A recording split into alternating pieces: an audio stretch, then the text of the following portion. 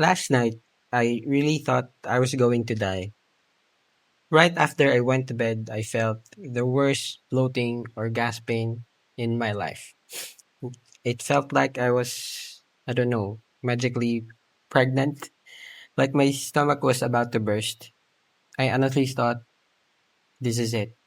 This is how it ends.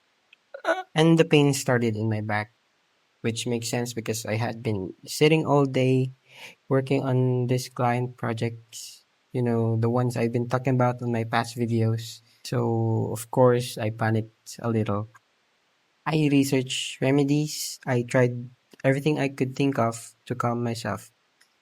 I put on a Salumpus patch on my stomach, which is basically a sticky patch that helps muscle pain. I drank lemon ginger tea, and I even took an L-theanine capsule to calm myself down. Basically, I did everything to convince my body that it's okay. I tried my best to sleep through it, and somehow, after I woke up, the pain was gone. Completely gone. And honestly, I'm sitting here thinking, last night, I really thought it was the end, and it wasn't. And that's the lesson here. Because I don't get sick very often, when I do feel sick, my brain immediately jumps to worst case scenarios. I convince myself that this must be the last day I'll ever have, but it's not. It almost never is. I remember one time I had a very high fever. I was so convinced I was dying that I started saying goodbye to my girlfriend and she just laughed at me. She laughed because she's been through worse than me. And maybe it's funny because when someone dramatically waves goodbye to you over a fever. Being sick is scary when you're not used to it, but it also reminds you that your body is stronger than you fear. Even when it feels like the worst thing in the world, you can survive it. And you know what? This isn't even the first time fear pushed me in a weird way. Back in 2020, I got sick too. I had all the symptoms of COVID, or at least it felt like it. And of course, I thought I was going to die. I spent the whole time panicking a little, and at the same time, I decided if I might not have much time, I'm going to make it count. I dedicated every day to improve my drawing, grinding, honing my skills every single day. And now I'm in my sixth year of being a freelance illustrator. Funny thing, fear, even though it's scary and uncomfortable, kind of made me who I am today. So yeah, fear can be weird that way.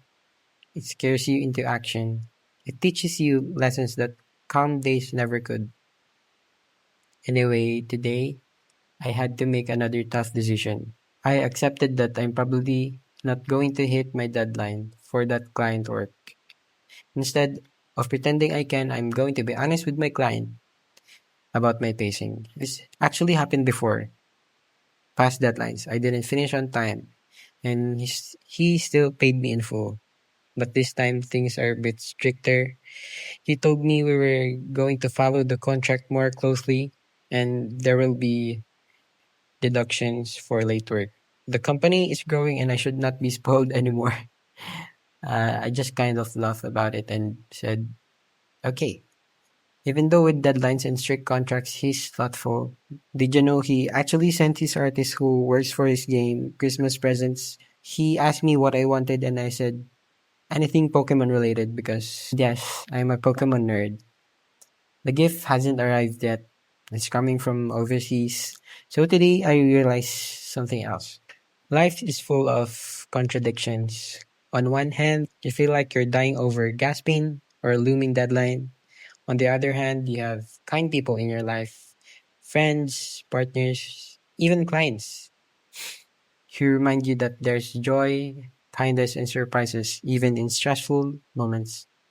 It's okay to mess up. It's okay to be slow. It's okay to be human. Even perfectionists like me need to remember that. Last night, I almost thought my life was over because of a stomach ache. Today, I realize I'm going to survive. I'm going to finish my sprites even if it takes a bit longer than I hope. and the world keeps being kind in unexpected ways. So, my little takeaway for today is forgive yourself, forgive your mistakes, and remember that even when you feel like it's the end, it's really just another day. And maybe tomorrow, when I sit down to draw again, I'll be calmer, a little wiser, a little kinder to myself. And that's enough. That's it.